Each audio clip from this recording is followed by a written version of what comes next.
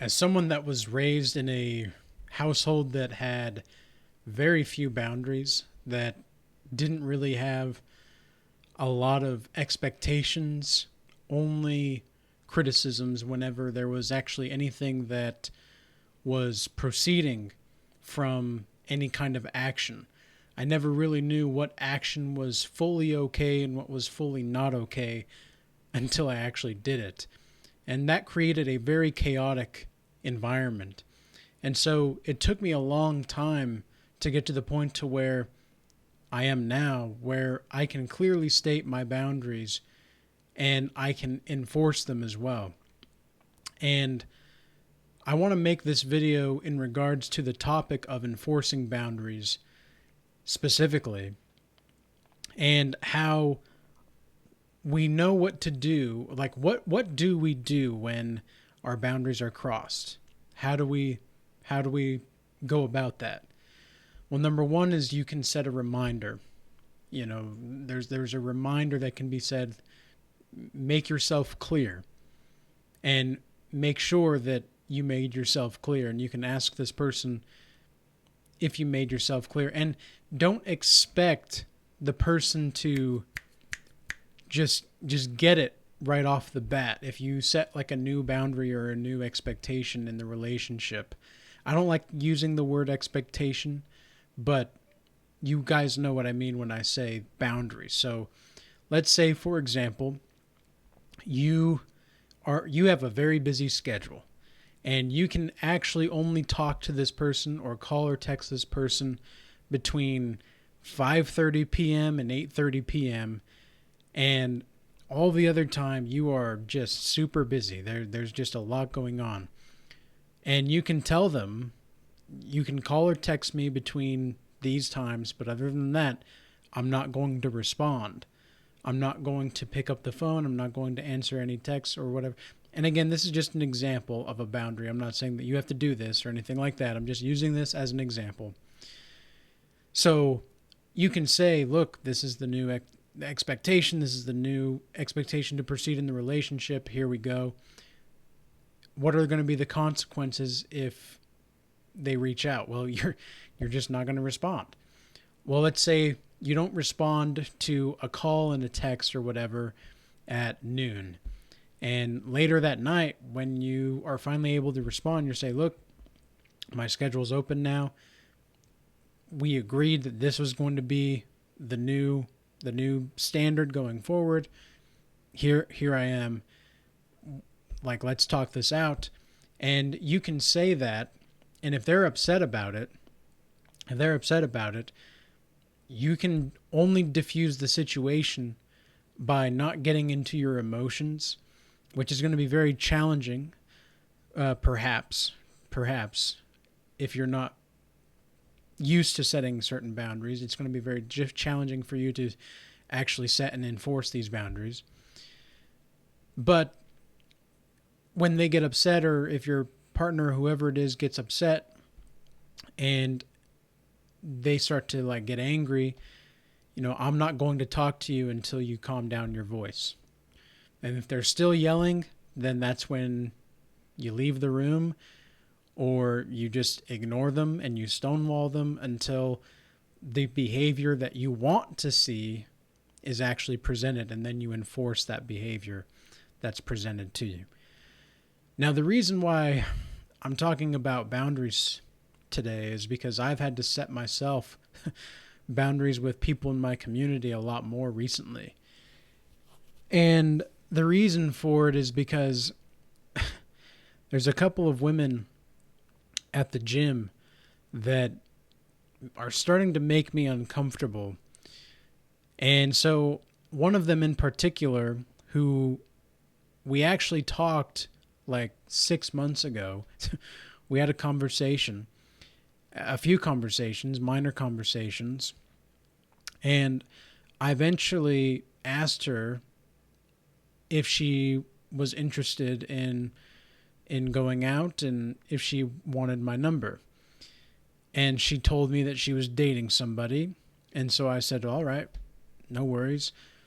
I left the situation. I thought it was just I was like, yeah, like this happens all the time. Like I'm not worried about this. Like usually when a woman says that she's not interested, that's my experience there. Well, the next day she starts wearing this scandalous more outfit, and she starts bending over in front of me and trying to engage me sexually, and I just walk away from the situation. I leave that alone. I leave it be. And I move myself to the other side of the gym. She follows me. I I don't know what else to do at this point. I'm like, look, this is getting kind of strange. So I just continue to move along. Like I'm not going to even just play along with this. Well, eventually about a month later, she we're entering the gym at the same time by chance, and she communicates with me and she wants to start an interaction.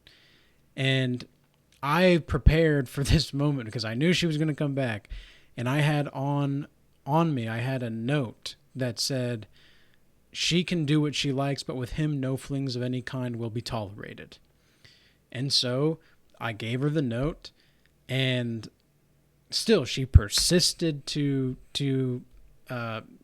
try to engage with me, and I still didn't want this. I like, of course she's a very attractive woman. I wouldn't have approached her or talked to her otherwise if I didn't find some kind of attraction toward her.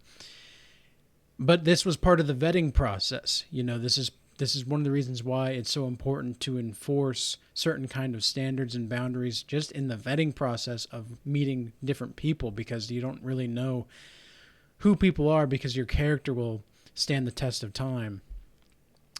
And what I realized was a lot of the time, and this has happened, this kind of thing has happened with multiple women over the course, specifically over the course of like the last year and a half, but it's happened throughout my life, where it becomes clear to me that women have never truly dealt, like, when I say women, I guess I should say modern women, they haven't truly dealt with being told no and then being enforced to, like, by someone that isn't like a boss or a corporate advisor or something, to enforce that kind of no or that kind of behavior and to hold them accountable. So anyway, I end up telling her another month later, after she's still persisting, like she's still trying to get my attention. She's like looking at me in the mirrors, and I can't even walk to get the weights without her bending over in front of me. And when I'm there at a certain time, that is. And so I tell her, look, I don't think we're compatible. Just, that is what it is. And trying to just make sure that, like, she has exhibited certain kind of behaviors in which I am not going to have allowed in my life. This is turning out to be something that I don't want anymore. Like, I still have my peace of mind, but, you know, this is starting to get a little out of the ordinary. Finally, for the last few days, she's been persisting very very, very difficult. And this is a Jezebel spirit for sure. This is definitely a Jezebel spirit, but she also, I think she has probably some kind of, I don't know exactly. I don't know exactly, but it's obvious that there's some kind of trauma that she's not dealing with. And my heart goes out to her. I hope she heals on her own. I pray she gets a therapist or something, you know, but, cause I think what it is these kinds of women, it's like they want to talk to you and they want you, but then they fear that they don't really know where you're at. And it's like, because they don't know your exact vulnerabilities, they don't want to communicate with you. But then if you are super vulnerable, then they're not attracted to you. So it's like, they want you to enter this feminine frame. And if you do that, you're going to completely lose your head as a man, and you're going to completely lose your logic. And that's not something that you want to do. So I told her the other day, because she was continuing like just staring for way too long. And so I went over to her and I said, look, because in these kinds of situations, you don't want to be rude necessarily, because if you're rude, then she's going to like want it even more. She's going to try to attack even more, like as far as like the energy goes. And so I said, look, I'm flattered, but I'm flattered that you can't stop staring, but it's starting to make me uncomfortable. And she said that she just sometimes zones out, and I was like, okay, yeah, right. Right. And I said, look, I think I made myself pretty clear. And she said that, and I said also, look, I'm flattered, and I put my hand out just to say, like, you're in the friend zone, girl. You're in the friend zone, baby. Like, stay away from me. Just, I don't care what you do. Just go somewhere else with it. Like, because at this point, I know that these kinds of women, what they are trying to do, because I know what they're trying to do, and it's just a matter, like, I don't need to go about my life in this way, right? But I know what these women are really trying to do is, as time goes on, the conversation is only directed about trying to get a reaction from you. That's all they're trying to do. And so you have to maintain your logic. You got to be honest. And then if things start to get more escalated, that's when you use other avenues. But I said, yeah, I made myself pretty clear. I'm flattered. And she said, well, there's nothing on my end. Okay, lady. Okay. So, and I'm not going to drop any names, of course. I'm not dropping any names, but so then I just said, well, I'm just making sure. And I walked away, and that was that. And thank God that it hasn't been as crazy since then. But time will tell. But it's wild how these sometimes people will want to do certain things and act in certain ways just to try to break your boundaries for attention. That's going to be something that can happen with some people. And this is an example of what some people do. Like, they're just trying to break your boundaries and try to get you distracted. Like, these people are just, they're just distractions for the most part. And I approached a woman today who had been googly eyeing me, and because she seemed like she was fairly modest. She wasn't really wearing a lot of makeup. Actually, really wasn't wearing any makeup that I could see. She looked pretty natural, and I like that. I like natural women. And because here's the thing, like, if a woman is looking at you a certain way, there's no kind of intersexual dynamic that you really need to, like, learn or overcomplicate. It's just, it's obvious that there's something there. Got to go over and see what's up. And so we talked for a second, and then I asked her if she followed Jesus, because that's very important to me. I don't want a woman in my life that doesn't follow Jesus. And she had a very calm demeanor for the most part up until I mentioned Jesus. And as soon as I said the name Jesus, whoa, the whole energy changed. The whole energy shifted. And I knew from there, just to walk away from the situation. Like, wish her well, but to walk away. And that's another example of having respect for yourself, because at the end of the day, you want to have more respect for yourself than you worry about how other people will view you. And it's also very important for you to just be yourself as a filtering mechanism, so you don't have these kinds of people in your life that want to just use you. Like this lady at the gym, I think she actually cares. She just doesn't want to show it because of the insecurities that she has, and because she lacks experience, like real experience. I think she just is very confused and just kind of a hot mess, to be honest. And again, I hope she gets the help that she needs, because I think she could, but golly, like, you don't want to have that kind of situation in your life on a day to day. And imagine what kind of relationship that would be like down the line. I mean, because people might say, like, I don't know how many people made it this far in the video, but people might say, oh, it might just be a shit test or whatever.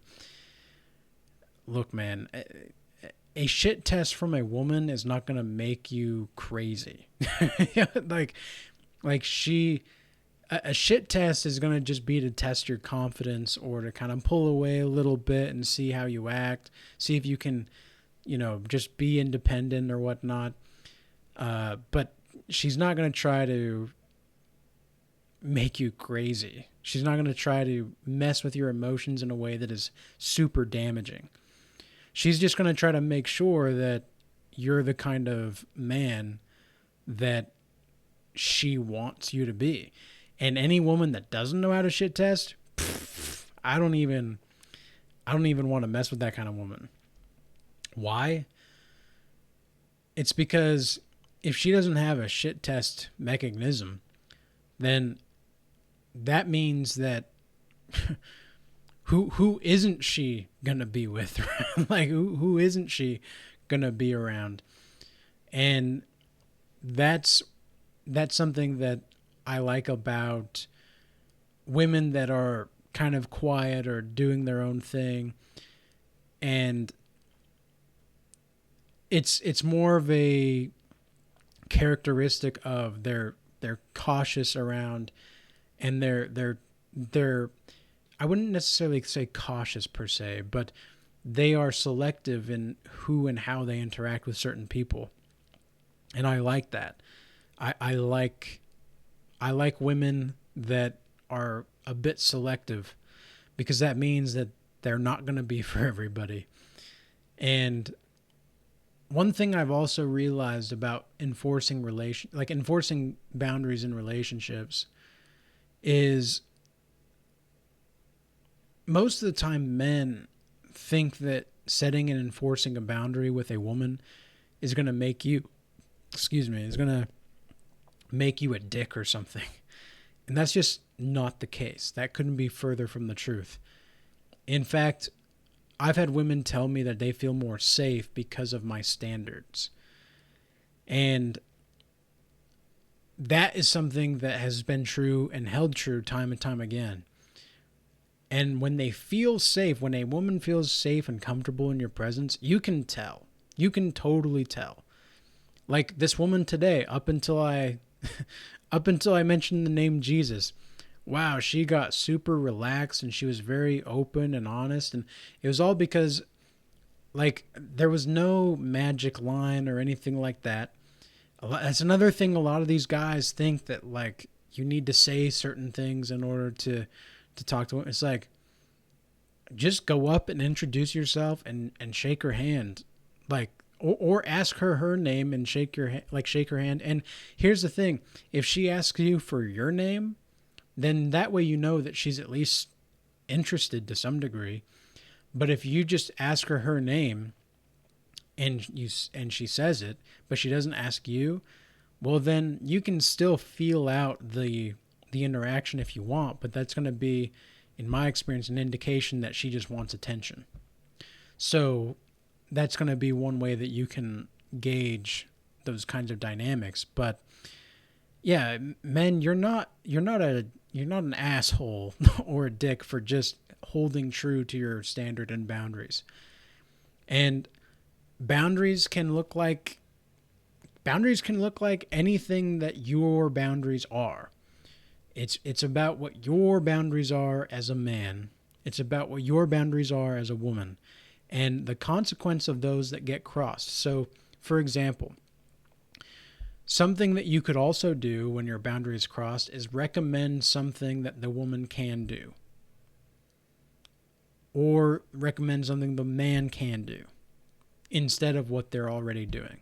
It's like, well, I don't like it when this is happening, but if you did this, then I would be okay with that. And this is not about being controlling. This is not about being hypersensitive. This is about making sure that you are feeling safe and comfortable in your own skin and you're not being violated. Because that woman at the gym that's like staring into my soul and trying to like attach herself to me, it's not a comfortable, it is uncomfortable. It's not a experience that is like, I like it.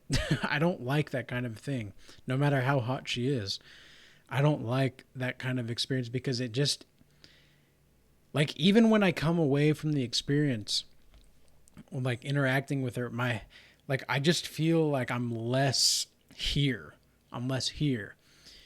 And that can happen with some people sometimes where when you share certain kinds of energy with people, you almost take on like their kind of traits. And so when I was first talking to this woman 6 months ago now, the vetting process that I had was directly in line with making sure that she was following Jesus, number one, and number two, that she wasn't in a relationship. She wasn't actually talking to someone. And because it didn't seem like it at the time. It didn't seem like that. She didn't talk to me as if she was dating someone. And this is something that you're going to get as a guy that is on his shit. That's something I've just come to accept, is like sometimes, because if women think that you might be a better catch, they're going to act in a certain way. And they're going to treat like I've even had married women that have told me that like we can just do stuff on the side. Like, I'm in an open relationship. But you're married? Like, but you're married? It's just bonkers. It really is bonkers, because an open relationship means there's no boundaries. And if there's no boundaries, then there's going to be no line in which they're willing to go to do certain kinds of unethical behaviors that directly violate the commandments of God. And I'm not about that. So I hope this message was useful and insightful to some of you. Don't get caught up in these kinds of things. And if you do, like in my situation, what I'm planning to do is just continue to hold the frame. If she pursues, like, it's going to be a no-go. She can go somewhere else. But that's not going to happen here. You're not going to get any closer to me at this point in time. And the woman might say certain things to, like, not this woman specifically, but if somebody out there, the woman might say certain things to try to like reel you back in, but it's only to reel you back in. And even if she does, like, even if she's successful, how long do you think the relationship is really going to last? If you have to try to manipulate in a relationship to get into a healthy relationship, that doesn't make any sense. that makes zero sense whatsoever. So just be clear, be transparent, and if they're not, move on to the next one. It's really as simple as that. And friend zone them as well. Like, that's kind of what I did with this woman too, was friend zone. Like, I don't wish you any ill will, but just go somewhere else. Go over there. I don't know where your dad is, but you need to go talk to him. You need to have a little discussion. For sure. Hope she does.